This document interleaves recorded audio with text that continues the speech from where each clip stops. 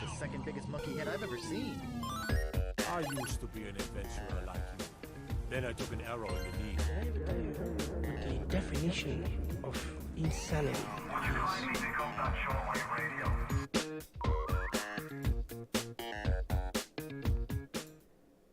Hello, and welcome to episode 24 of PvA Radio. I'm one of your hosts, Luke Croft. Joining me, as always, freelance gaming journalist Cody Mello-Klein. How are you doing, my friend? I'm doing well and live. How about you? I'm doing well and live as well. Also joining us today, former host of the Player 3 podcast, Larry Hunt. Hi. I just figured I'd do that to pay homage to our live streaming days of the Player 3 podcast. If you are joining us live over on twitch.tv/PvA Radio, thank you and welcome. We're very excited. This is our very first episode live streaming. So when we did the Player 3 podcast, we started live streaming around episode 10? It was pretty early on in the process, and it became one of our favorite aspects of doing that podcast and the community that we built. So we wanted to bring that flavor over to PvA Radio because we were missing it. And so you can follow us over on twitch.tv/PvA Radio, and every Monday at 9 p.m. we will be doing this show live. All right. Until the government reopens. So we have a few years to go. Yes. All right. How are you guys doing? You excited? I am very excited. The only reason I want a podcast is the live stream, so I guess I'll stick with it. All right, fantastic. This is PvA Radio. We do get together every week and we talk about video games. Each of us brings one of the three biggest gaming news stories of the week to the table, and then we have an in-depth discussion about it. Consider this your collaborative audio feature article, your CAFA, if you will. Get that tattooed somewhere on your body. All right, guys, let's just jump right into it. No more housekeeping. We've said our piece about the live streaming. Let's just start with what we've been playing. Cody, what have you been playing, my friend? I've been playing some Smash Bros. I got to do some 8-player or 7-player battles this past weekend with my housemates and a couple of their friends, which was as chaotic as you'd imagine. What I learned is that it ultimately doesn't matter how good you are when there are 6 other people in the game with you. It's part of the fun of it, honestly. Yeah, that sounds like the way I should probably try to play that game because I'm terrible at it on my own. And I play like 3 or 4 games and then I'm like, okay, I've had my fill of this for a few days because I'm so bad at it. Yeah, I mean, playing with other people is really the only way to play that game. All right. But I picked up the 3 chapters of the Spider-Man DLC because January is kind of slow in terms of game releases, so I figured I'd go back and try to do that. And so I've been working my way through that steadily. Nice. All right. I can't tell if his video is frozen for those of you that are watching. We can still hear his voice. I don't know if he's completely dropped out, though. Cody, can you still hear us? Yeah, I can still hear you. Oh, okay. Fantastic. That's all that matters. You're not in the most flattering of positions in this frozen frame. On my screen, he looks very contemplative. Eyes closed. I'm here. Don't worry about it. I'm not going anywhere. Fantastic. All right. Is that all you've been playing? It appears so. All right. While he hopefully can jump back in with us, I'm going to kick it over to you, Larry. Larry, what have you been playing? Overwatch, of course. And we always talk about the love-hate relationship with Overwatch. This week it was all hate. Yeah. I now believe that not being in team chat in competitive mode should be a reportable offense. Yeah, we had a lot of really bad luck this week of just... Oh, look, Cody's back. Hey. We had a lot of really bad luck this week of just getting in and getting with a lot of 2-stacks who refuse to join voice. And it's getting really frustrating. Like, comp is... I would struggle to say comp's ever been really fun. But this week it's just been particularly unfun. And like the other night when we were playing and we just decided, hey, we're gonna jump over and play some quick play, and we went like 5-1 in quick play. That was a blast. Like getting to just play the heroes that you want to play and not having to flex or worry if somebody's going to change mid match because you don't care. It's quick play. Like I don't know. I think I'm going to change up my approach to Overwatch here for the next little bit and just see if I can regain some of the enjoyment that I used to have. I understand. I've also been playing Smash Brothers, and I got to play Mario Kart. We had some friends over and did the whole four players versus each other. And it had been so long since I played a game on the same couch with 3 other people. I had a blast with that. So that was great. And I bought my wife the Destiny 2 expansion stuff for Christmas, and we finally jumped into that. We played for about 45 minutes before we went outside to watch the Super Wolf Blood Moon total lunar eclipse of the heart for friends. And no joke, dude, we only spent 45 minutes like figuring out the menus and stuff again and what guns we had and why they mattered. Like all we did was reacclimate ourselves to Destiny because we hadn't touched it since we beat that first raid. Mm-hmm. So I have no good thoughts on Destiny 2 yet because I haven't really played it. So I just remembered how to play it. How long did you play last night? 45 minutes. That's it? Yeah. But now we know what's going on and we're ready to jump in with both feet. I can't wait to play Gambit. Which DLC did you get by any chance? It had Curse of Osiris. It had the thing that included Gambit mode, Forsaken, right? Oh, nice. Yeah. And the Warmind thing. Is that what it's called? Mm-hmm. I'm bad at this. Forsaken is the only one that matters. Okay. Yeah. So have you gotten like the itch to go back? I feel like if I were to start that game up again, I would probably get that itch. Not yet. Once we get in and start playing, maybe. Honestly, there are other things I'd rather be playing. Just this is what my wife wants to play, so Mm-hmm. you know, one night a week I can play what she wants to. Just kidding. We can do more than that. Just kidding. One night a month. In case you're watching, honey. Nice. All right. So you've kind of done everything that you can do in Destiny 2, right, Cody? I haven't played since Forsaken came out. Oh, so okay. I think another expansion has come out that I don't have. I stopped playing after Forsaken. Okay. Did you do the new raid? Or was that in the latest expansion? There was a raid in Forsaken, but I didn't do it. Okay. That was probably one of the coolest experiences in gaming I've had in quite some time, was when we decided to do the very first raid in Destiny 2, and we did it like totally blind. We didn't look up any guides or anything. We just had a 6 stack. Is it 6? Yeah, 6 stack of people who we just figured it out on our own, and it was frustrating. It took us quite a while, but it was super satisfying once we reached it. And then it was like, all right, that was back when Destiny 2's content was super, super light. And so we finished the raid and we were like, all right, we've done everything we can do in this game without just grinding the raid every 2 nights. And I lucked out, and like on our initial beating of that, I got literally everything a warlock could get from the raid, armor wise. I didn't get all the weapons, but I care more about I care more about looking cool than being able to kill things. So, because Larry's gonna wreck shop in multiplayer regardless of the weapon you give him. That's right. One of my big problems with Destiny 2 was just like how little power level mattered in a lot of the modes.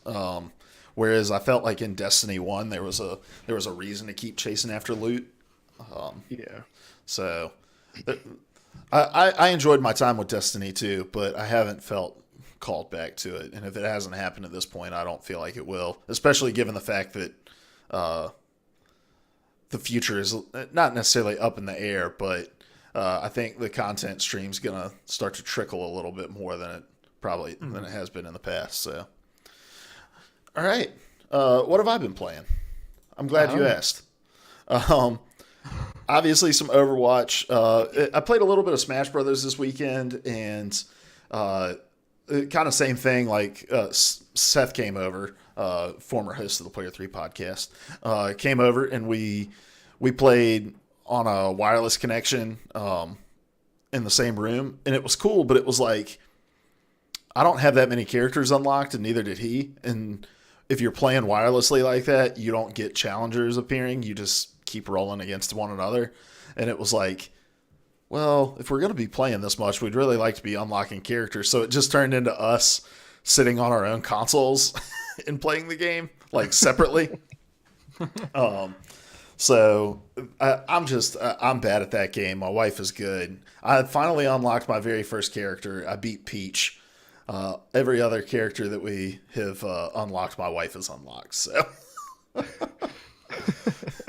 Larry, you looked very concerned about that fact. Well, I'm glad to hear your wife's been unlocking them, because what I thought you meant was I've had the game for a couple months and I've literally not unlocked a single new character yet. No. I felt really sad for you. Well, the only other like big chunk of time I've played it was with my wife, and whoever wins gets to face the challenger, and so you can draw your own conclusions from that about who was winning those matches. So, all right, and then I also played some Blackout this weekend, both on PlayStation and on my PC, and I don't know, man. Like I like that game, but I'm not good at it. And so it's frustrating. Like, and this is my problem with battle royale games in general. It's just you invest so much time in a match that you may not even see the person that ultimately kills you.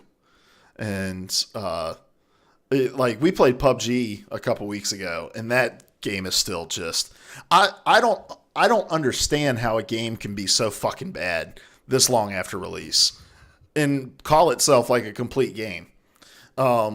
But we played that a couple weeks ago, and there were 2 matches where I got sniped from like a million miles away and never saw the person that killed me. And it's just frustrating. Blackout's a little bit better in the sense of like there's a lot less just kind of roaming around. The map's a lot smaller. The game's a little bit faster paced, and so you're kind of always in some sort of action. And so there's a little bit less of that frustration, and you feel like if you die, you just jump right back into another one. But we played a little bit, and I think the best we finished was 5th in our little 3-stack we were playing with. So what system do you have that for, Cody? Xbox. Oh, we've got it for PlayStation. I was going to say you need to hop in with us, but never mind. Until crossplay. All right. Yeah. Fingers crossed. All right, guys, let's move on to our topics. So since we're live streaming, I'll explain this. But the way the show is set up, we get into this section. Each of us has brought one of the stories in gaming from the week. And they'll kind of give a rundown of what happened in the story, and then we'll just have a good old discussion about it. So, Larry, you're going to kick us off today. What is your topic? So, Luke's already told me this is the last time I'm allowed to talk about Fallout for a while, and I have no idea why. It's a game of proportion here, like. In the I've only grand, mentioned it once every week for 2 or 3 months now. What's the big deal? which is one more time a week than most people have talked about this game. It's true. It's true. It sounds like you're being censored, Larry. It is. Luke does not believe in freedom of the press. I'm gonna go start my own podcast with Blackjack and Fallout 76 stories. I'm calling it all versus player. Fallout.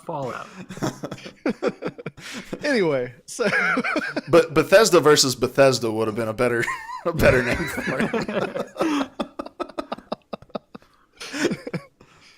it. So I actually, I'm technically talking about Fallout, but I'm more talking about Fallout's community, because in spite of all of the issues with that game, the Fallout community is really awesome. Like, there is this core group of people who stuck with this game, and they're having fun with it, and I just really love what a living world they've managed to forge out of a world that is in every other way quite dead. And so I just wanted to share some stories of some craziness, just crazy, sometimes cool stuff that people have been doing in this game. Just going to hit you with a rapid fire of things real quick, just to give you an idea of what kind of life is happening within this game. And what kicked this off for me was a story from this past week about so there was an exploit where you could duplicate items and it was wrecking the in-game economy, and so players took matters into their own hands and they started hunting people down. Like you had roaming bands of vigilantes who were finding these people who were duplicating items, cheating, and killing them. and that was really cool for a while, but just like real life vigilantism, eventually they got it wrong and started killing people who had not in fact duplicated items based on bad intel. And the Reddit thread for that was just fantastic because, Reddit was like, art imitates life, because if there's one thing Reddit does great, it's destroy innocent people in vigilante actions. So that really that tickled me. There was one guy who posted a while back about how if you look on a map and see people hanging out in the middle of nowhere for a while, you can figure out where their camp was. And I was like, oh man, this guy's going to be a jerk, kill some new people. But no, he just shows up in their camp and he's like Santa. He gives them things, he gives them money, gives them cool items. Well, one time he did that, and then he got an invite to a wedding. And he shows up at the chapel where all the cultist bodies are at, and there's like 30 people there, and they throw a wedding for these people, complete with honeymoon. That's incredible. Yeah. You had a couple of creepy things. One guy said, yesterday someone stealthed up behind me wearing nothing but chameleon gear and whispered in my ear if I wanted to buy drugs. One guy describes checking out a creepy area of the game, being startled by a player standing there in a straitjacket with a clown mask. And the guy followed him around for hours, never doing anything, never helping kill enemies, just following him around. And the guy kept saving him, whatever. And finally the guy flashed the heart emotion and threw a Molotov cocktail at his own feet and burned himself alive. I'm gonna be hold on. I'm gonna be totally honest with you. I didn't read these stories because I knew that this was gonna be. I knew you'd be regaling us with them, and I knew that this was probably a thread that you just got lost in. and this is my thread pared down. I had so many more. The only other one was a guy had a great account of dressing like a police officer and functioning as the in-game police for a day, just hunting down wanted people, checking out gunshot noises, whatever. So I see all these great stories. People, you had the cool guy who set up his camp right where new players were coming out of the vault and giving them stuff to get them started. I've seen people like set up businesses and they'll offer services and you pay for their services, or they kill you for not paying for those services. As you do. It just, I don't know. Have you guys seen any of those cool Fallout stories floating around? Do you have any that have struck you, or were you even aware that these kinds of things were going on in this world?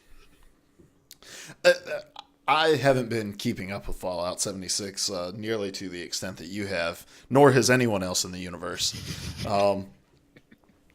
However, when this game was like, I guess kind of in beta when we jumped in, and this was before kind of everything with Fallout hit the fan. But we, I remember us having a conversation about how this just felt like one of those games where people can just take the world and kind of run with it. And if it has an engaged enough community, they're going to do cool things, and there's going to be, I could just see like Kotaku stories about groups of people who get together in Fallout 76 and just like do weird stuff. And so this thread, like, and you tell me those stories, is kind of just the exact embodiment of what I imagined this game was going to be at its best. Like, yeah. And so I'm not surprised to see this by any means, just because I think when you give people a sandbox, they're going to obviously find ways to do creative things in it.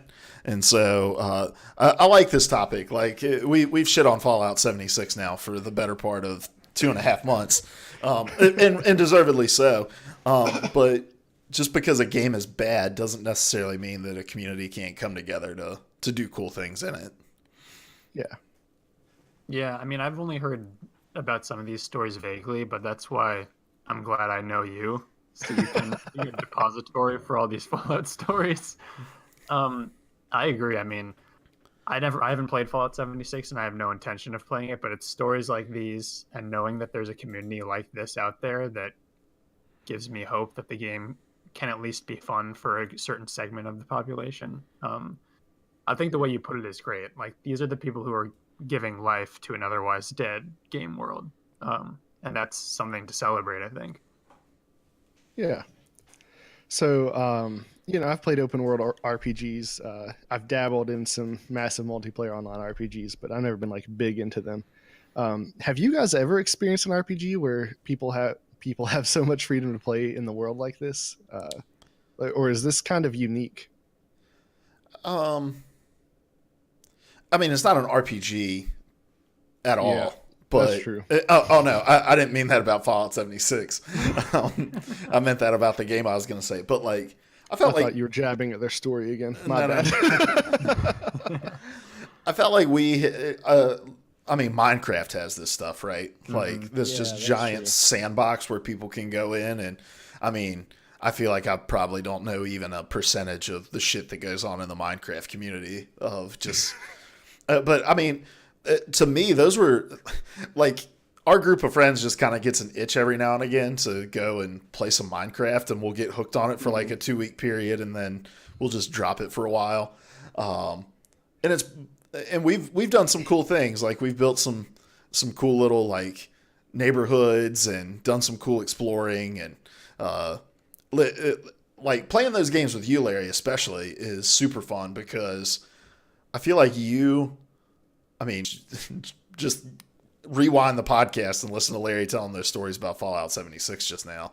Like that's Larry playing those sandbox games. He just gets so excited about like little things, and you'll like fixate on a goal and say, I'm going to collect as much of this as I can, or something like that. So, but in thinking about that, like Minecraft is really one of the shit people do in Minecraft. Like there was a group that built a whole working computer in Minecraft, like where you could browse the internet, not in any kind of speedy fashion. So it's just like having Comcast out in Chatham, but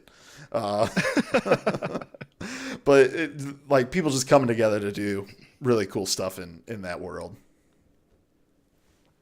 Yeah. Cody?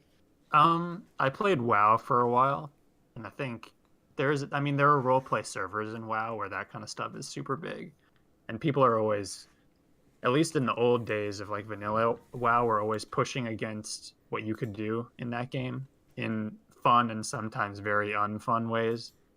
There are countless classic stories of WoW shenanigans, kind of like the whole group of players who like basically funeral crashed an in-game funeral and were huge dicks about it, massacred everybody that were celebrating a funeral for someone in their guild who had died in real life. Wow. They were commemorating him in the game, and this group of players came and just totally massacred them.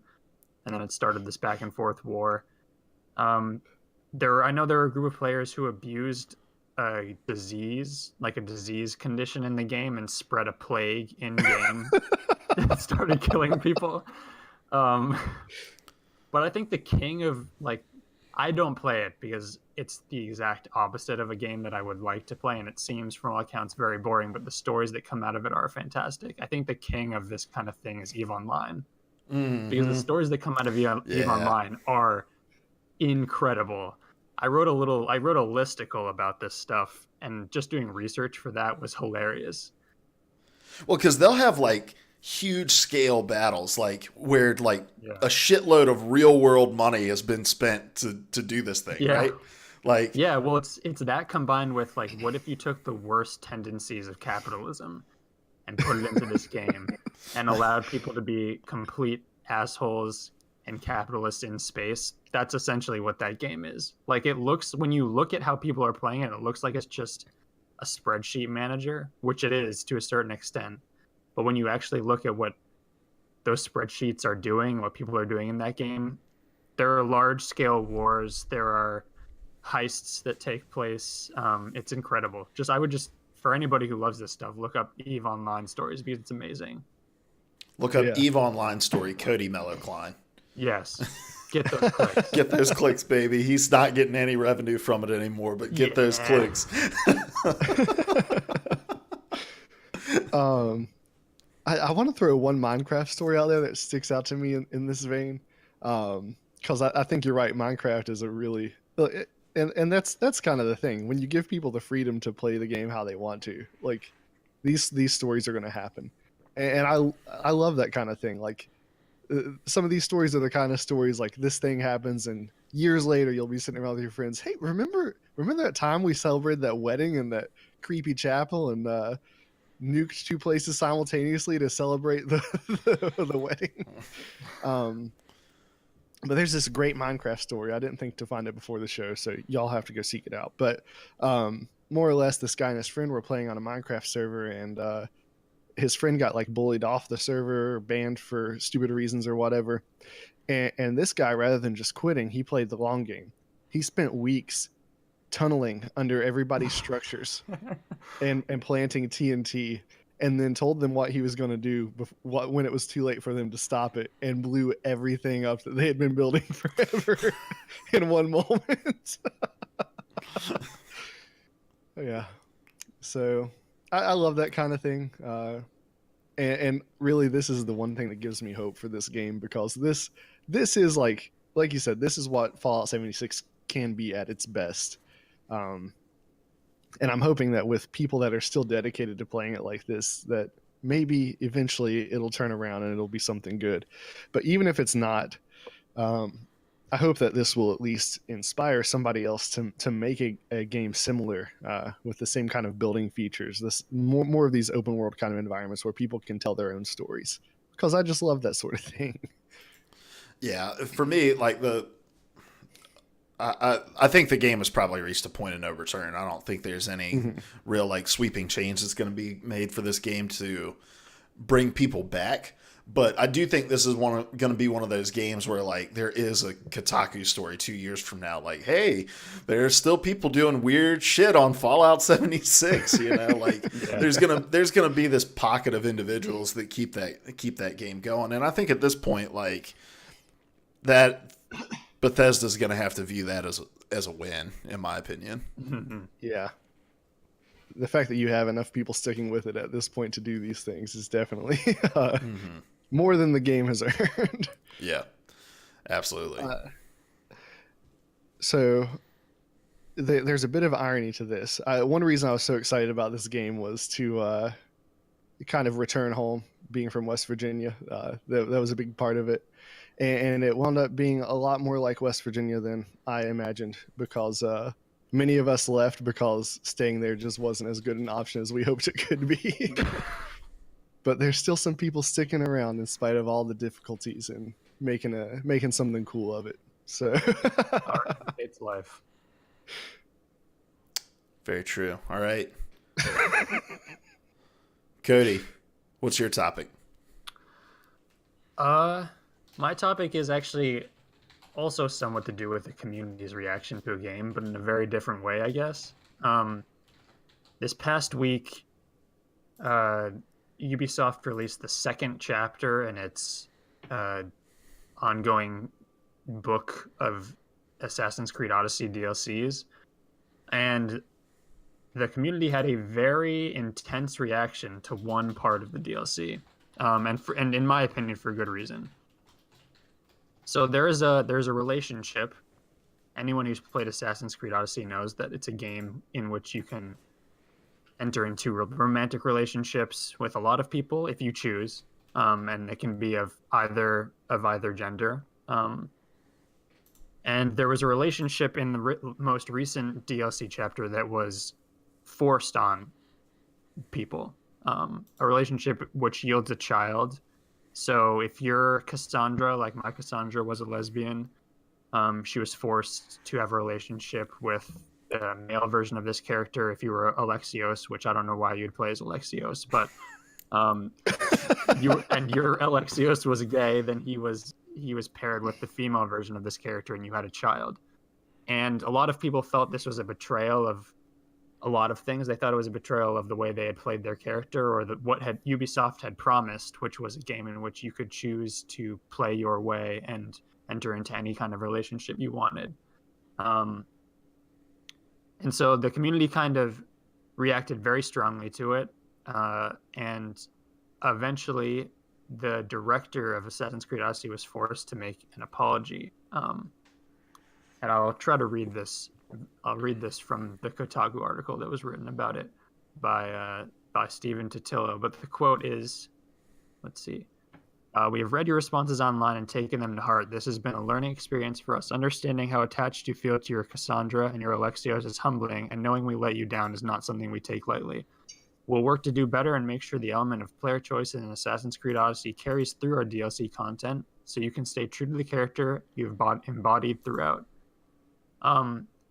Now keep in mind, nothing will be changed about this current DLC, but they have promised that they will try to adjust the next follow-up DLC to reflect this apology and that philosophy.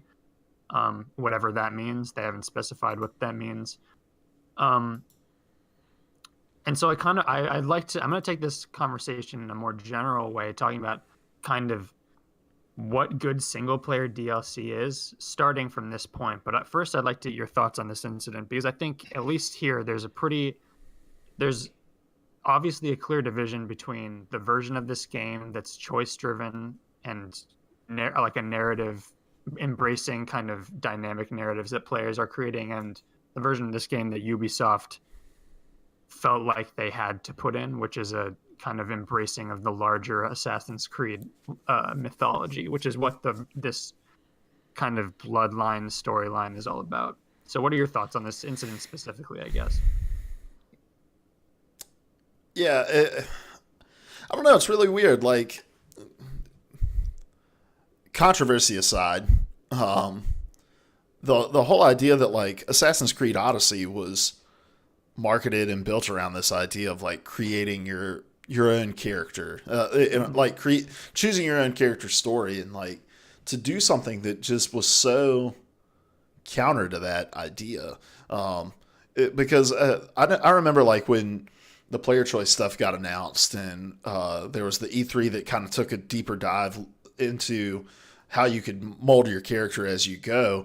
There was a lot of people that were comparing it to like, oh man, well, BioWare stepped out of that scene with Anthem, and it now looks like we're kind of getting like BioWare light with this Assassin's Creed game. And I know a lot of people in those games invest themselves in the relationships that they create. Like, that was a big deal for people who were playing Assassin's Creed, like the relationship idea. And so to do something that's like, we're going to take this story that's kind of fluid and branching paths and pigeonhole it into this like really concrete, has to be this way kind of way. Like, it's just, I feel like I've been shaking my head a lot at decisions that developers have been making and publishers have been making. And this one is like no different. It feels so strange to not hold yourself to the very thing that you marketed yourself on for years. Yeah, and to kind of clarify what you're talking about, there's a quote directly taken from the director Dumont's mouth. Since the story is choice-driven, we never force players in romantic situations they might not be comfortable with. That's a direct quote that was part of this marketing push they were talking about before the game came out, and it was evident in the main that was what they were doing. But this is kind of taken very, very much a turn for the worse. Mm-hmm. Yeah, very strange. Yeah, this is one of those things where I'm just going to agree with you again. Yeah, you can't give people the freedom to do whatever they want, and then just kidding. Here's the route you're going down, and that's where it does get kind of tricky with these kinds of games. It's hard to produce DLC I imagine that it's hard to produce DLC with like a compelling storyline, but also enough vagueness to it that the stories they've already forged are going to flow into it really well. But obviously, this was not successful on that front. And not to mention the also very like what I imagine was unintended, but also really like how the hell could you not have seen this coming? Idea of you've created a character with a specific identity who then you somehow like shape into the universe to say this is you must now wedge yourself into these norms, like you know, like again, where's the person sitting at these tables that's like, whoa, guys, let's take a step back for a minute. There are people who've literally played this game for 300 hours with a certain identity for their character that we're going to just shoehorn into something entirely different and not thought, that seems like something we're going to get some feedback on in a negative way. I have a question. Since I'm not really familiar with the story. Okay. For characters who were heterosexual, did it stick them with the relationships they'd already invested in, or did it push them into a weird random relationship as well? Well, this is a relationship with a particular character in the DLC. And they're, depending on who you're playing as, they're either a male or a female. So if you were a heterosexual male or a heterosexual female, you would be paired with the same regardless. You'd be paired with the male or the female version. I misunderstood. I thought it was like in Skyrim where you had options of who to marry, that kind of thing. Oh no. And I think to make this whole thing a little bit worse, Heather Alexandra, who at Kotaku, was writing about how she tried to rebuff the advances of the person who rebuff the advances of the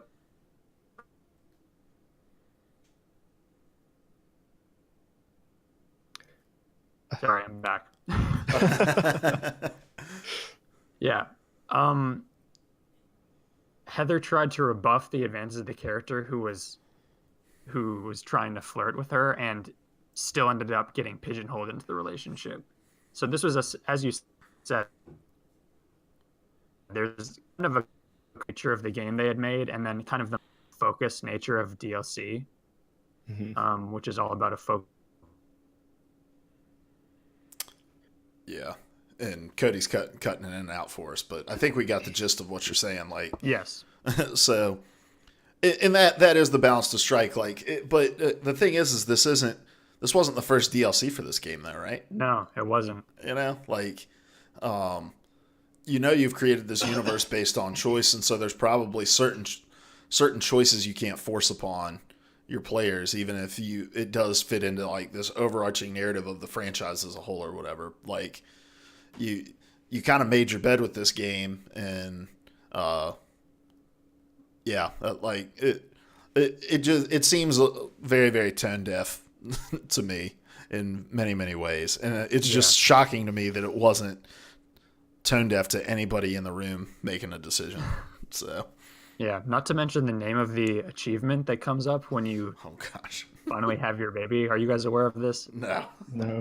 It's called, I think it's something along the lines of All Grown Up, which is one implying that not having a child in your life means that you are in some regressive form of maturity.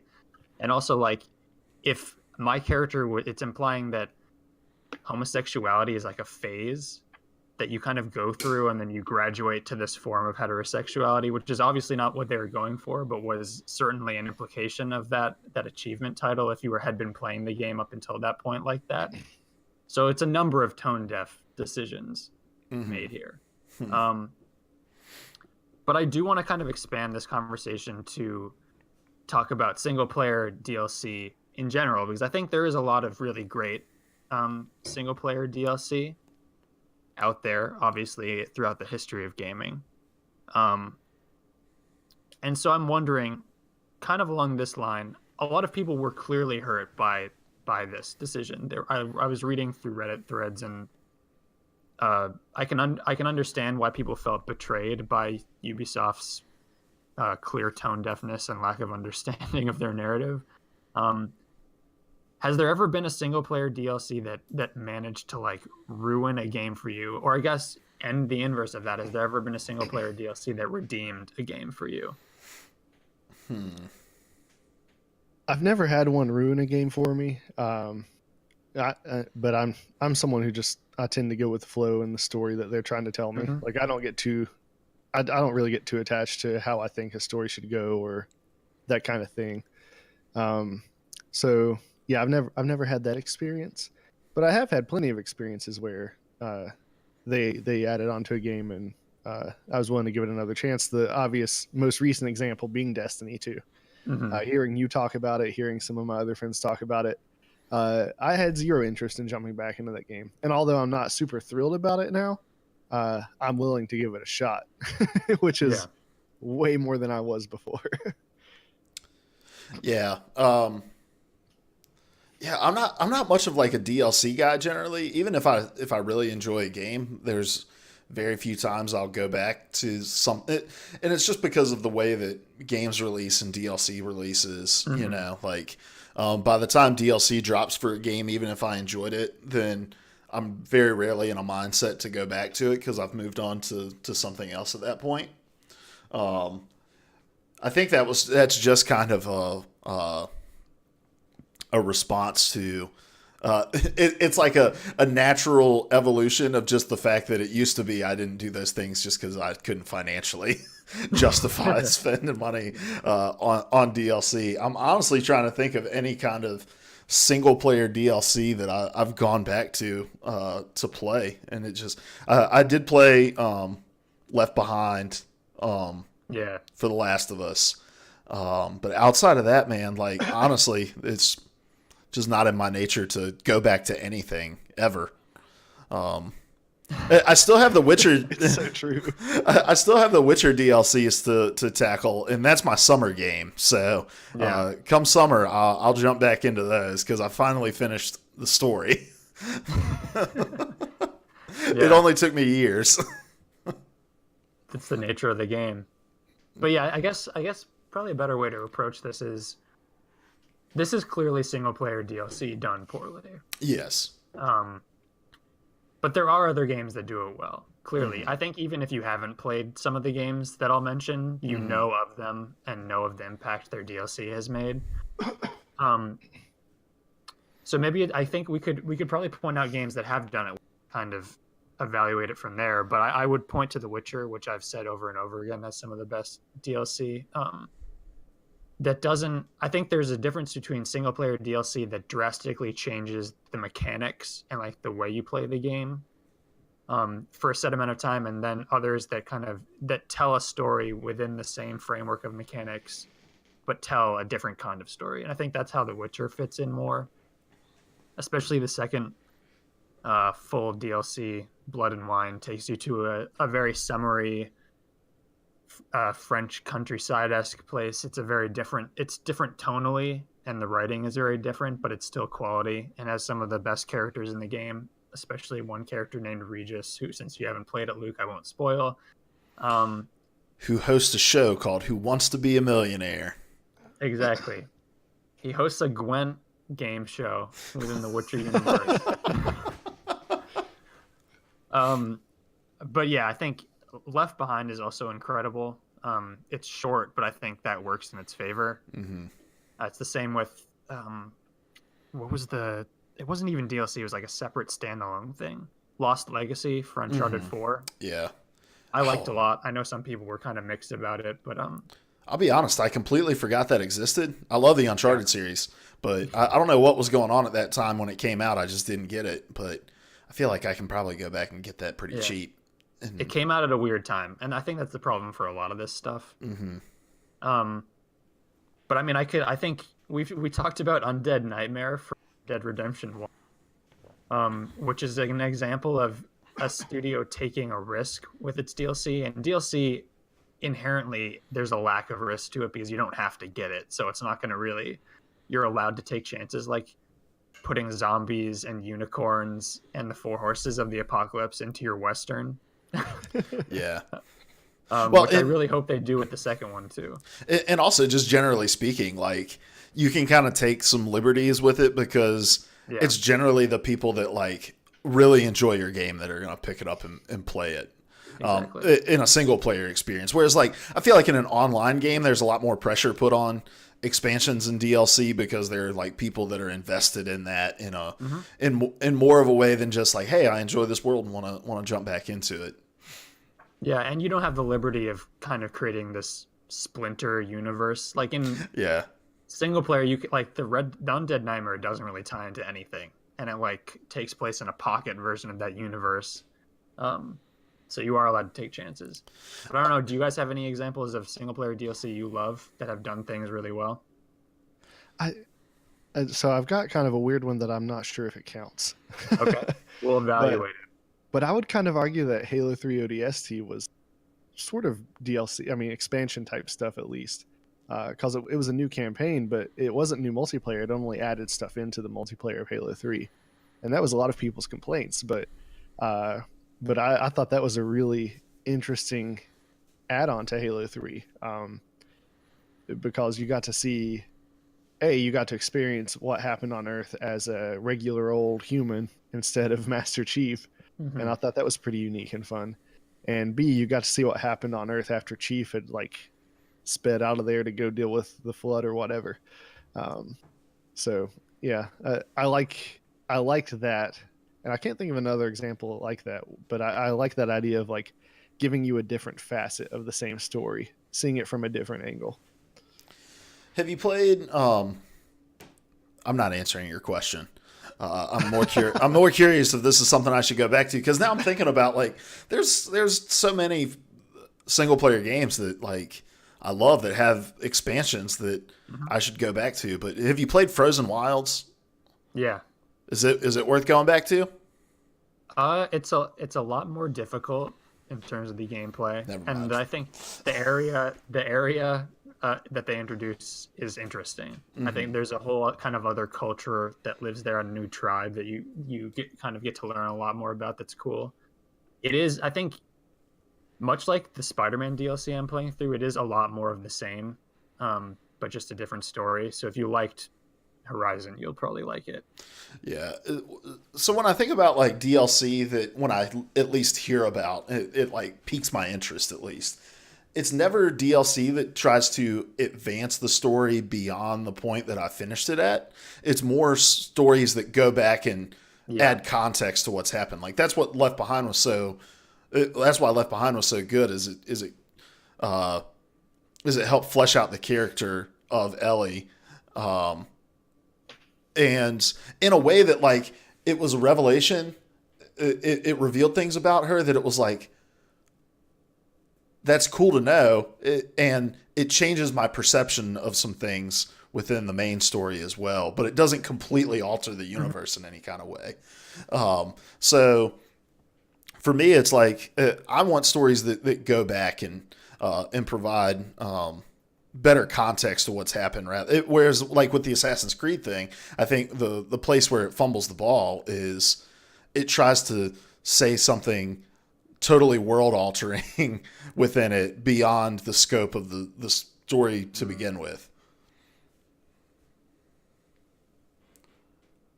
I don't know if Cody's just smiling at my point or. No, I am. Okay. Yeah, no, I think you're right. Assassin's Creed makes the crucial error of trying to tie in a relatively standalone game with the larger universe that it's supposedly taking part in. And I think the strength of both Origins and Odyssey have been that they are largely standalone. And both of their DLCs have tied them closer into the Assassin's mythology, which I'm not a huge fan of. Which is, I think, good because if you're interested in that part of it, you'll play it and you'll kind of get the extended mythology. But well, Assassin's Creed has always struggled with how to connect itself to its larger story, and if it was connecting it with the modern day stuff, like was the struggle with so many of the previous Assassin's Creed games. Like at some point, I think they do need to step back from the franchise and just kind of see it more as large vignettes of like, that's what I've always said. Yeah. An overall idea, because I feel like they try to do these quick fixes of explaining how the story connects to the larger story, and it sounds like that's kind of what's happening here with this DLC too. Having not played it, but like, oh, we built this thing, and from what I've heard everybody say about this game, they don't really even view it as an Assassin's Creed game because of just how separate it is. That they kind of are like, oh, we got to somehow tie it back into the overarching universe, and they just failed yet again. Yeah. I think to your point before about expansion or DLC that kind of shifts your perspective of the ongoing story, I think there's another version of DLC, and Mass Effect did this extremely well, where it's essentially just like standalone episodes of a Star Trek series that introduce new characters for that brief portion of time that you're playing it, but otherwise it could have taken place anywhere in your adventure. I love stuff like that because I think DLC is a great way to kind of bring vignette storytelling into games that are otherwise very serialized. And Mass Effect did it extremely well. Mass Effect 1 through 3 did it extremely well. There was no DLC for Andromeda, right? No. Yeah, they just. Hey, I played through Andromeda last summer, and I actually really enjoyed it. Okay. I did not. All right. But yeah, that's all I got. Fantastic. My turn. Let's go. Let's talk about Star Wars. Let's go. All right. EA has canceled yet another Star Wars game. All right. This is I should probably have put the Kotaku story in here, but I did not. And my apologies if the audio for that video came through. All right. So to catch you guys up, Visceral, the makers of the Dead Space series and what was the Battlefield Hardline, they were working on a single-player linear Star Wars game that was being created by Uncharted veteran and creator Amy Hennig. That got scrapped as EA decided to move in a different direction. They were going to create an open world game that was more like a games as service oriented title. And it turns out now that reboot of that project has now been canceled. So let's see. I'm just going to read this story from Eddie over at GameSpot. Eddie. It says, according to a report, EA Vancouver's Star Wars... The open world Star Wars game in development at EA Vancouver has been canceled. That's according to a new report from Kotaku that credits the information to 3 sources who reportedly have inside knowledge of the matter. Additional sources have told Kotaku that the open world Star Wars project has been canceled in favor of a smaller scale title that can be released sooner. Subsequently, EA has issued a statement. And then that statement says... There's been speculation overnight about one of our... Oh my gosh, it keeps playing. It keeps playing the audio. The problem is it pipes it through to listeners as well. Quote, there's been speculation overnight about one of our Star Wars projects. As a natural part of the creative process, the great work by our team in Vancouver continues and will evolve into future Star Wars content and games. We're fully committed to making more Star Wars games. We're very excited about Star Wars Jedi Fallen Order from Respawn, and we'll share more about our new projects when the time is right. So I won't read anymore. I will give some more context here. So apparently what has happened is EA has shifted gears again not just shifted gears for what this title has been, but scrapped it so that this studio can start to work on something smaller in the Star Wars universe. And the speculation is that they don't have anything slated for the fall 2020 slot, and that the way that they were approaching the development for the reboot of the original project, there's so many tendrils here. But that it was going to take far too long and they were going to kind of miss a gap. They were going to leave a gap in releases. And so they've decided to pump the brakes, reset, and do something in that 2020 slot.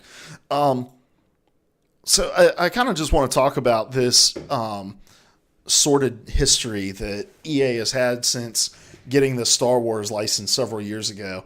Because as it turns out today, they have now canceled 2 projects while only releasing 2 games in the Star Wars universe on consoles, like major releases with Star Wars Battlefront 1 and 2.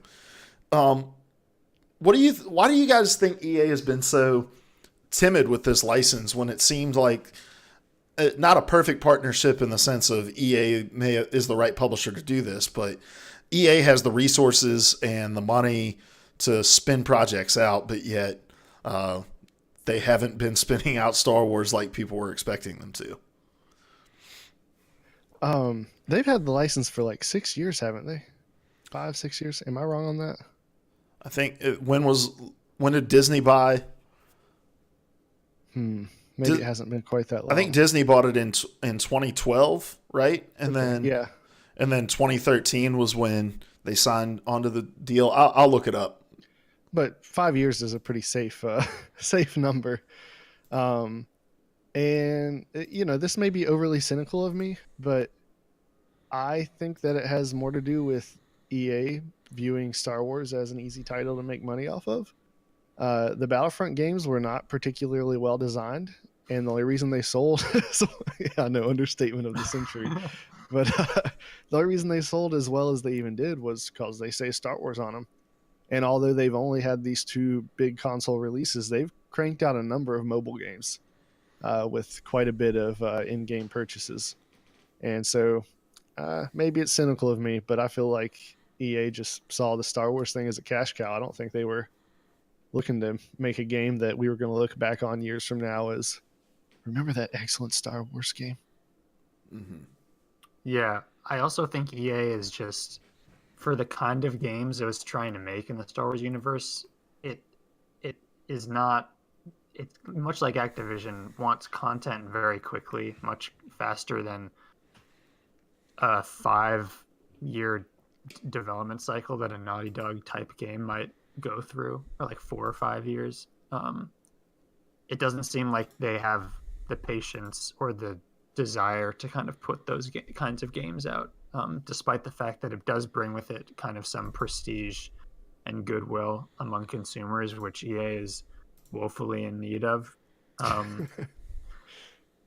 Yeah, I also there must have been it seems like there was a lot of misaligned visions and mismanagement on both sides. In every version of whatever this game was. People heard Star Wars title with Uncharted creative director or Uncharted writer attached to it and got super excited. But it seems like from everything we've heard that there were a lot of differing opinions on what that game was behind the scenes, both between her, the developers, and EA as well. So it seems like there's a lot of reasons why these games never came to fruition, not just EA.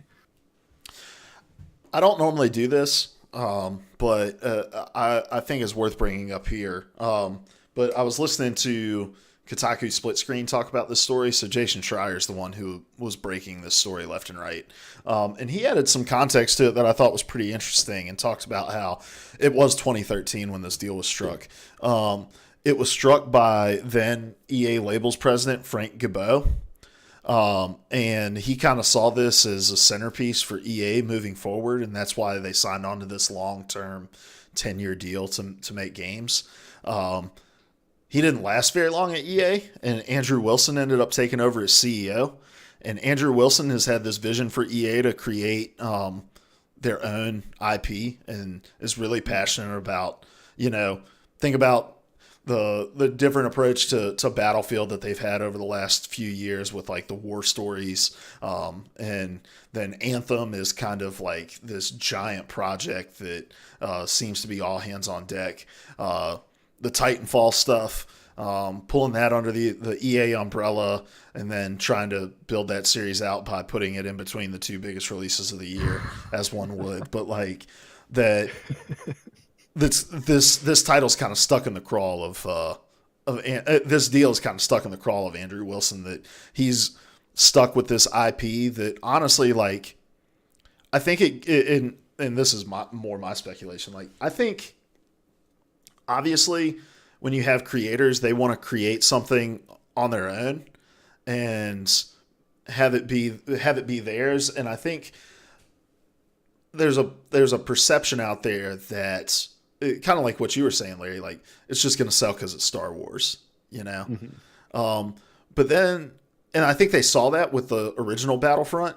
I'm sorry, not the original, the rebooted Battlefront. These all get confusing, right? The Star Wars Battlefront, the first one that released, and I think it sold pretty well. Didn't have quite the long-term engagement that EA would hope for. And then Star Wars Battlefront 2, they got to see the complete other side of that fandom.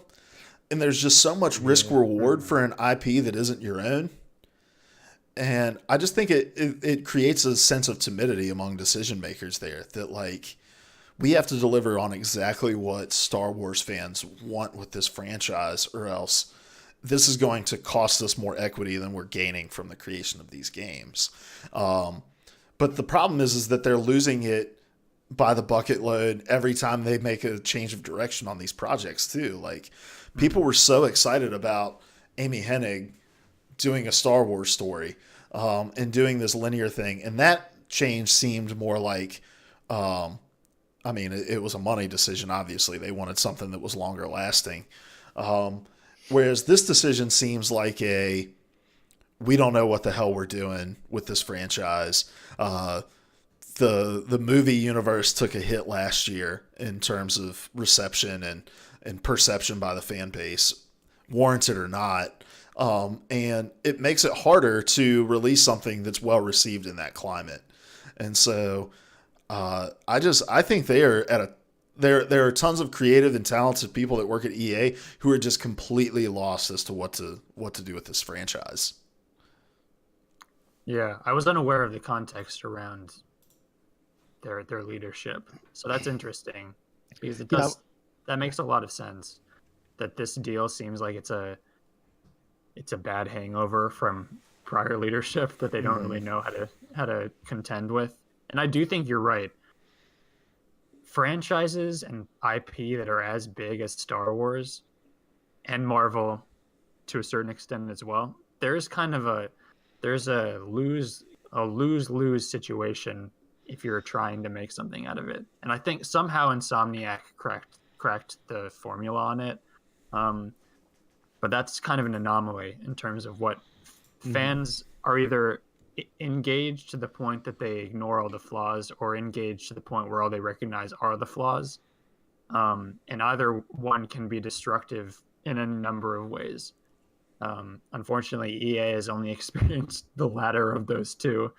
But I think you're right. They're at a loss as to what direction to take this IP in, and seeing them kind of snap up all these other kind of snap at the opportunity to make their own stuff is logical if they want to kind of back away from the Star Wars brand.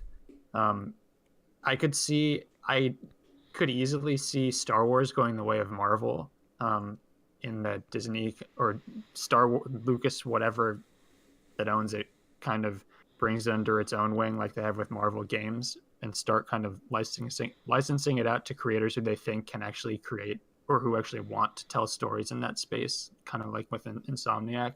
I think that might be a better approach, because just giving it to one studio, one developer and publisher like EA is clearly not working.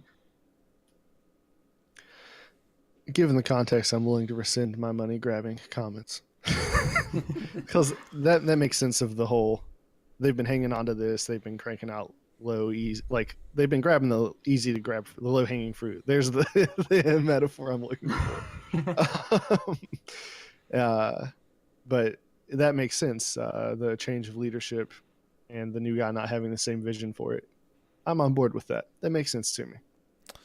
Do you think, and I kind of touched on this a little bit already, but I think Star Wars is at a weird place just in general. Like after The Last Jedi, and after Solo came out, and a lot of people just didn't really care about it. It underperformed in the box office, at least domestically. I don't know how it did internationally, but do you think that some of these issues may stem from just the general malaise people may be feeling about Star Wars at large? I don't, for two reasons. One, we're only a little over a year past The Last Jedi. And the Battlefront 2 backlash, I think the Battlefront 2 backlash has a lot more to do with it. That was a month before The Last Jedi came out. And they've had the license for 5 years, so I'm hard pressed to think that current feelings on Star Wars are affecting these games that much. Especially the one that was rebooted. That's been a mess for a while now. And that E3 announcement from Respawn. Do you remember that? Like, a reporter just walked up to the dude in the stands, and it was real uncomfortable. Yeah, it was the most lackluster way of announcing a Star Wars game. Like, there was there wasn't concept art. No, there was a little bit of concept art. There was the announcement of the title for it, and Vince Zampella couldn't even be bothered to stand up to do it. I think there's been issues from the get-go. And then my second reason, and people can disagree with me, but I think that the disdain for Star Wars within the fandom is a very vocal minority. Well, I'm sorry. I don't want to, because that wasn't what I was saying. More of a malaise, because Solo didn't perform that well. Yeah, well, I think that's more to do with you released a major Star Wars movie, 3, 4, maybe 5 months after the. Mm-hmm. I think it was more of a timing thing there. Yeah, I do think there is a Lucas, like the whole Star Wars property, at least in the films, and I do think this has carried over into the games. Just Star Wars as an IP in general, there was way too much brand ubiquity. They were trying to release films on a Marvel-like schedule. Yeah. And for a brand that doesn't have the diversity of voices and tones that Marvel does, that's a problem. Mm-hmm. Because it's essentially the same. I mean, it modulates ever so much with like Rogue One and Solo, but it's really not modulating that much. People were just overexposed to it. And so I do think, I mean, I haven't seen Solo, so I can't attest to the quality of it. But I do think people were experiencing a little bit of Star Wars overdose, even if the fans were really engaged. And so I think that did. Sorry, go ahead. And it released within a week of Infinity War. Yeah. I think that was a big deal too. Yeah, I mean, Solo didn't do well with critics. It didn't really that I don't know. I think people are a little bit overcome with all this Star Wars content all of a sudden. I think that has a lot to do with the malaise, and then the quality of the Star Wars games that they've been getting obviously have to do with it. People are still clamoring for a good single player Star Wars experience, because there hasn't been one in a while. Mm-hmm. And I do think whatever single player Star Wars game they do end up putting out will probably sell well, both because of the brand and because of the need for this in that fan base and in the market. I don't know how good it will be. What's the name of the Respawn one? Star Wars Jedi Fallen Order, which we know nothing about. Luke just told you everything we know. Okay. Yes. That was a comprehensive coverage. Yeah. So I don't know. I think you're right to call it a malaise, because I think it is. But it's to do with the brand in general. Mm-hmm. And EA is but EA is the recipient of that as well. They just haven't been doing well with this brand, and it's been contributing to it, I think. Yeah, and that's more the read I get. It's just like, I think you're timid to spend too much money, to put too much money behind something, and because we're not just talking about the development, right? We're talking about probably an equal budget for marketing of these games, and to put it out there. And if what you're reading from the reception of other Star Wars media is, man, people are just getting inundated with this stuff. Why do you want to put a ton of budget towards inundating them with yet another thing in that world? I can also see, like, I mean, look at like the Activision deal that they had with Bungie about the content release schedule, and how demanding those things are. So I can easily see there also being something of like maybe some pressure coming from Disney to say like, hey, you've had this license now for almost 6 years. Like it's time to start pumping stuff out. And what you're showing us now is you've got a game slated for this year from Respawn, and then what are we 2-3 years out from this game that EA Vancouver's doing? Like, no, we need to see some more yield here. I don't know what the benefit for EA would be to maintain the relationship, because I also don't think they're going to try to renew this after 10 years or when the 10-year mark gets here. But I don't know. There's probably more voices than just people in the EA boardroom speaking into this. Definitely. And I think Disney has they're backing away from the release schedule they've had for the Star Wars movies. They're taking the foot off the gas on that. So I have to think at the same time, they're probably impatient with with EA for how little they've actually put out of this deal.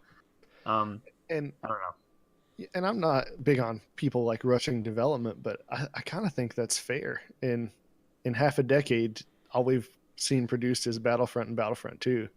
It's a really lackluster showing for someone having a license, and I don't know, man. I can see the malaise, but if we're not far enough into games that canceling at this point is a huge deal, I just don't feel like – I feel like there were bigger issues on the front end before the malaise could have even been an issue. That was another weird part of the story, was that apparently like nobody lost their job after this game was canceled, even though they're greatly reducing the scale of the game.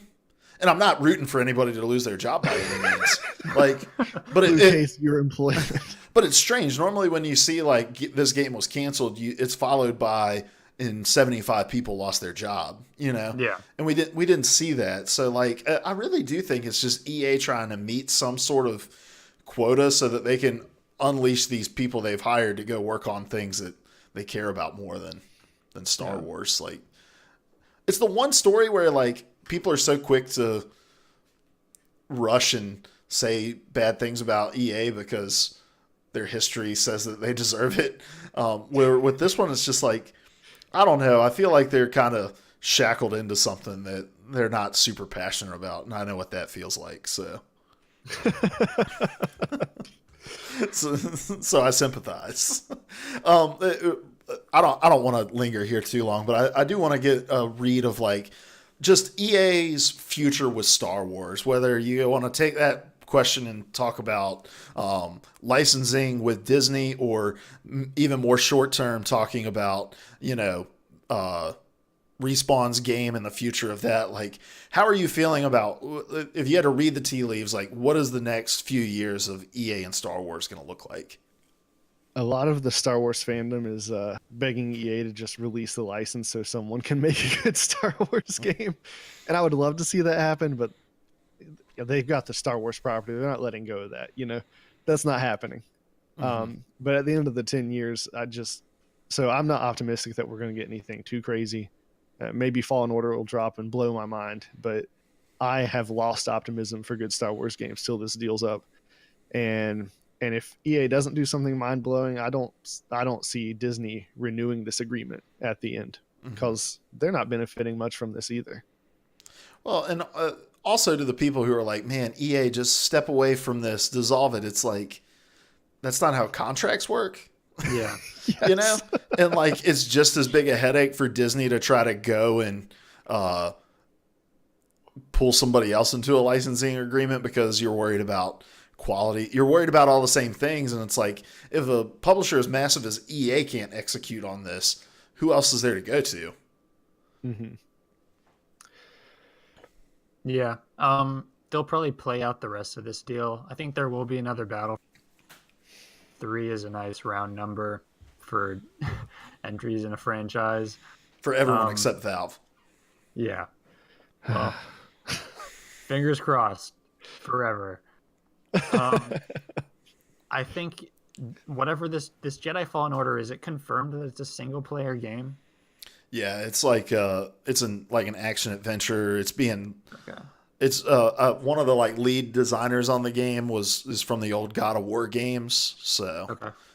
Something in line with that. I mean, obviously that will come out within the next 2 or 3 years. Beyond that, I don't know. They're going to be steadily backing away from this IP in anticipation of the not taking the contract again. So I don't know. Maybe they'll have one other small. I think they could have a smaller thing, some mid-tier Star Wars game. I don't know what that would look like, but not mobile and not AAA size. Something smaller. EA has some smaller teams that could easily work on that. To be clear, though, we will get more mobile games. We will also get more mobile games. Yes. And to their credit, I will say that Star Wars games that they've put out on mobile are really fun for mobile games. There you go. which is not saying much. Look, what else you gonna do while you're pooping? That's a good point. Twitter. Get mad Yeah. at Twitter. There you go. Okay, you're right. No, I tend to agree. I think we're going to see this Respawn game this year, even though we don't know much about it. I think we're going to get just a data dump on it at E3 or whatever, EA Play, whatever they call it. Whatever the kids are calling it. And I think it'll be kind of low risk, hack and slash puzzle, very much in the vein of God of War. And then I think God of War or old God of War? old God of War. I think we're gonna see this smaller title that EA Vancouver's working on in 2020 because if they've moved heaven and earth to change this release schedule and reshift this team to make a tough deadline, a company like this, they're going to get that done. And then Respawn's working on Titanfall 3 as well. Aren't they working on another unannounced IP? Like, how big is Hearing Respawn? something about that, I think. Like, how big is Respawn? I don't think they must They're be. not. They're not I don't huge. think they're massive. Are they 3 game big? Well, I mean, they might just be setting. They might just have a few people kind of starting kind of iteration phases on that third one. We don't know how far along it is. Might not have that many people dedicated to it.